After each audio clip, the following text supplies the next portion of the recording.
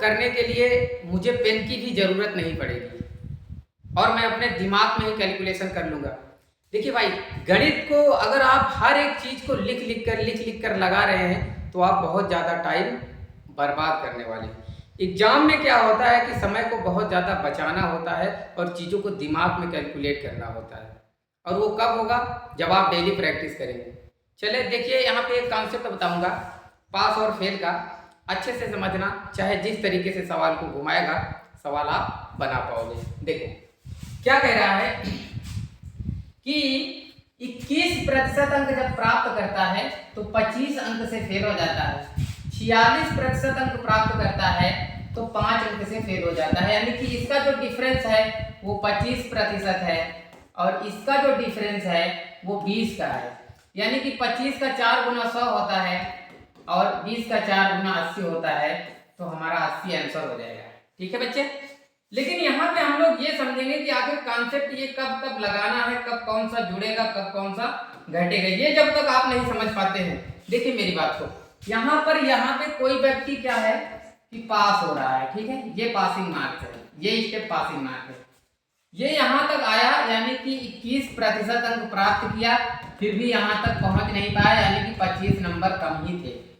फिर क्या हुआ कि 46% अंक प्राप्त किया, तो ये 46% अंक यहाँ तक पहुंच गया, 46% अंक, लेकिन फिर भी क्या हुआ कि ये 5 अंक से फेल रह गया।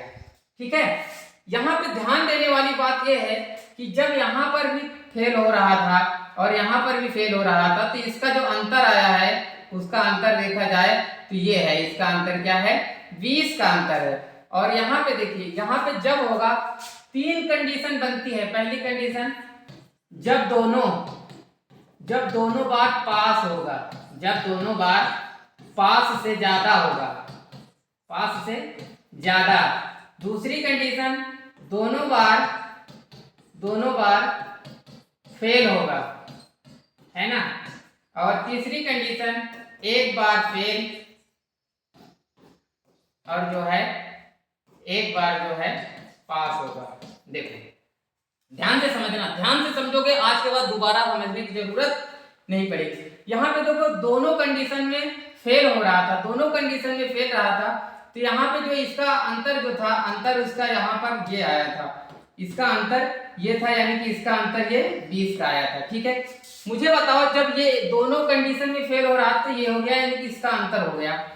अब दोनों कंडीशन में जब पास से ज्यादा होगा, जैसे कि यहाँ पे पास मार्किंग है, ठीक है, यहाँ पे पास मार्किंग है, अगर इस बार 25 नंबर ज्यादा हुआ, अगली बार 20 नंबर ज्यादा हुआ, अगली बार 20 नंबर ज्यादा हुआ, तो इसका मतलब ये देखने को आया कि जो इसका डिफरेंस आया है, उसका जो डिफरेंस आया है 5। जब दोनों बार पास से ज्यादा हो रहा है तब भी घट रहा है, जब दोनों बार फेल होगा तब भी घटेगा, लेकिन इसका अंतर सदैव वही रहेगा।